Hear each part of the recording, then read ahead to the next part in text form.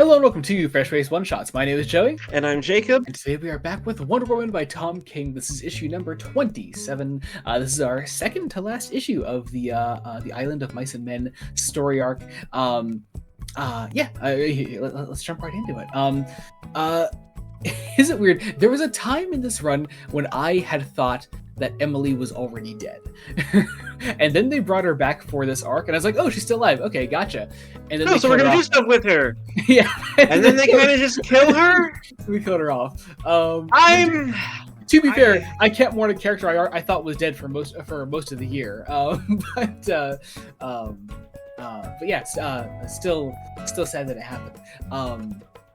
All that said, I love the 2-page spread where she does die, where she gets shot in the head, and I love the blam there made out of the blood. I just think that's cool. It's a cool visual choice. But yeah, so Emily dies defending her baby, and we get our what I'm assuming is the actual final standoff between Mouseman and Wonder Woman.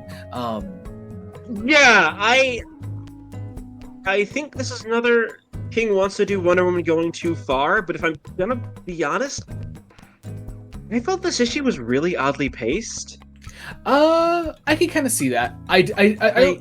The only place where I can really see that, I don't think it's a pacing issue as much as I just kind of see this particular Mouseman Diana standoff to be very similar to the one we had last issue. He literally just did this, yeah. And I don't think, and I'm gonna be honest, I don't think King is moving either character forward in any way. Well, I mean, there is a finality to their confrontation in this one, which I like. But obviously, next time we're delving in. I'm assuming next issue will be Diana saving our baby, and then we'll go from there. Because the next issue is the last issue of this particular arc. So seeing this as like an actual end to the Mouseman Diana dynamic, I like where it ends, because there is, I think, unlike the end for the Sovereign arc, there is a more definitive, like, it should be seen as Diana doing something wrong, but also even then, it's not as bad as the Sovereign thing, because Diana doesn't torture the guy. So yeah, that's a big plus.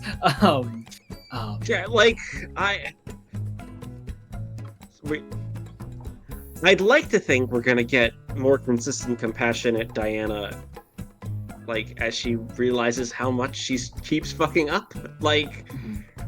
I don't know. I'm gonna be honest. I think that some of the criticism of why this run isn't resonating with people is because there's a lot of this run being Diana keeps fucking up in various ways, and Tom King likes to write for. He's a man who really does like to write for the trades.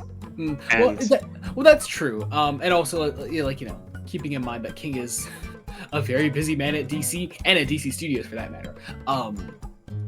He's very much spacing out the arcs. He's very much spacing out the arcs to be like, okay, let's take it slow, because he wants to take the arcs, the run slow, and I get that approach. Hey Tom, maybe you want to outline your story and get a co-writer in. See, I don't think it's not outlined. I just think it's he's just taking his time with it, and it can feel like it drags, especially when you get a confrontation like this that feels like the exact same one from last issue. I'm not going to say feel like it drags. I say it does drag, and that has been. See, I don't think it does drag because the dialogue is still sparse. It's still snappy. I don't think I ever felt drag reading this because it is short. So there's a lot more to the pacing than just doing the same thing again. There is still a pace to this that King is keeping up. It just does feel like we're treading on familiar ground. What I did really love was our mouse girl scene with in the sort of reconditioning space here on the island. I hope she gets a name. Yes, although I like that we do actually have an official, so a character actually referring to her as the mouse girl in this, which is cute. But yeah, we see this sort of there's this sort of reconditioning character here that is spouting Mouseman propaganda at her to get her back under their control. And I like that you can see this that she's permanently changed and that she's not going back. King just I always love the superhero trope of it sounds cliche, and I don't know, maybe some people see it as dumb, but I always like the superhero cliche of a regular person like repeating the name of a superhero as like a symbol of power. I just like that. It's not bad. I enjoy it. But yeah, we have her sitting up to this guy as Diana is smashing Mouse Man through various walls. We get our killing him in the end. I think no, he doesn't. I don't think he dies. I don't know. I think considering he's still making noise at the end means he's still alive. I don't know. Maybe we'll see. We'll see. Watch this one be the one where we do get a death at the end. Oh. Yeah, personally, I don't think he's dead. It's very clearly meant to be like, Diana deflects the bullet. It's an abdomen shot. She throws him on the ground. He makes a noise still. I don't think he's dead. I don't. I do like that our mouse girl is looking in abject horror of just... Yeah. Hey, Diana, you're doing some shit. Yeah, yeah. Can we... And we have Diana, Diana's like facade immediately changes, or not facade, her demeanor immediately changes when she sees the mouse girl. And it's like, oh, you are talking well, you're doing great. You have changed, as have I.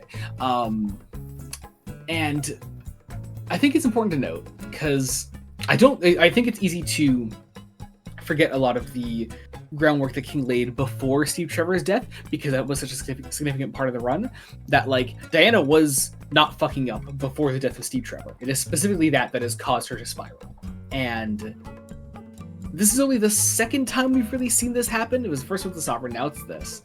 And I don't know. I don't think it's nearly as egregious, but certainly it seems that way because you're actually reading the run month to month. I think if you're reading this in a trade or in retrospect, all in one go, I don't think it would seem as egregious as you're making it out to be. Because I think that is part of just generally the issue, of writing for trades.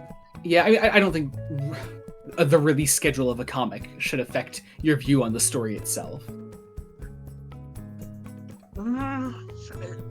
I think partially just reading it in installments very much can, like this. I will say it'll be very.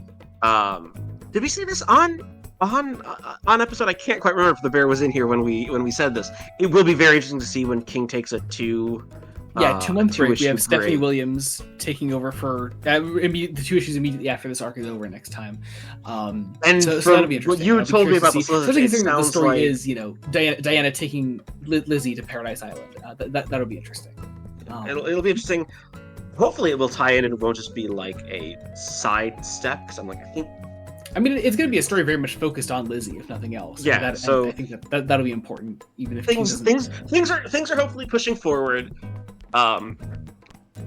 There's just a lot of it's this push and pull, and it's a very Tom King thing because it happens. I read his Batman too. Even in the traits, I'm like, okay, I don't know what you're doing, and then at least with his Batman, it's always been I really do like where this ends, mostly.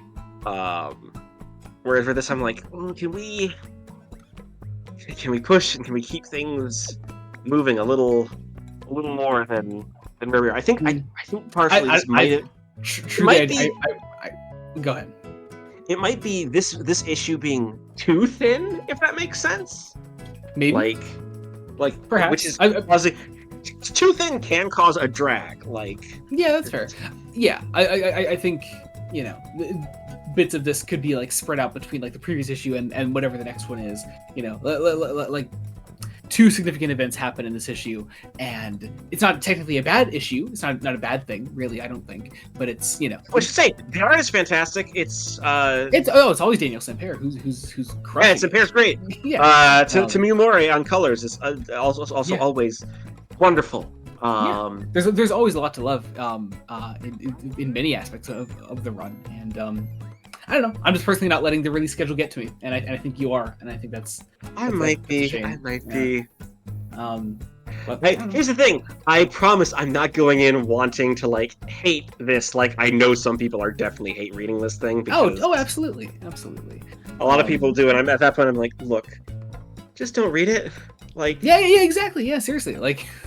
It's not like they're giving money to the guy anyway, because they're almost definitely pirating this shit. Like, I don't know.